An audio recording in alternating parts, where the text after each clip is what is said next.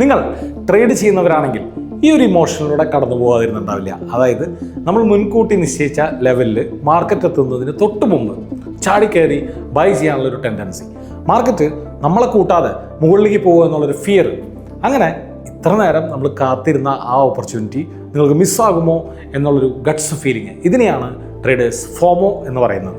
അതായത് fear of missing out. അപ്പോൾ ട്രേഡിങ്ങിലെ ഈ ഒരു മോസ്റ്റ് എക്സ്പെൻസീവ് ആയിട്ടുള്ള സൈക്കോളജിക്കൽ എററാണ് അല്ലെങ്കിൽ ഇഷ്യൂ ആണ് ഫോമോ. നിങ്ങൾ ഒരു ട്രേഡ് എടുക്കുകയാണെന്ന് വിചാരിക്കുക. ഫോർ എക്സാമ്പിൾ, മാർക്കറ്റ് 1000 എത്തുന്നതിന് ശേഷം ബൈ ചെയ്യാനാണെന്ന് വിചാരിക്കുക. ഇവിടെ നമ്മൾ സ്റ്റോപ്പ് ലോസ് വെക്കുന്നത് 2 രൂപ താഴെ, അതായത് 998, ടാർഗറ്റ് വെക്കുന്നത് ഒരു 4 രൂപ മേലെ, അതായത് 1004. അപ്പോൾ നമുക്ക് ഇപ്പോൾ എത്ര റിസ്ക് റിവാർഡ് റേഷ്യോ ഉണ്ട്? 1:2. അതായത് നമ്മൾ എടുക്കുന്ന റിസ്കിൻ്റെ ഇരട്ടി റിവാർഡ് ഉണ്ട് അല്ലേ.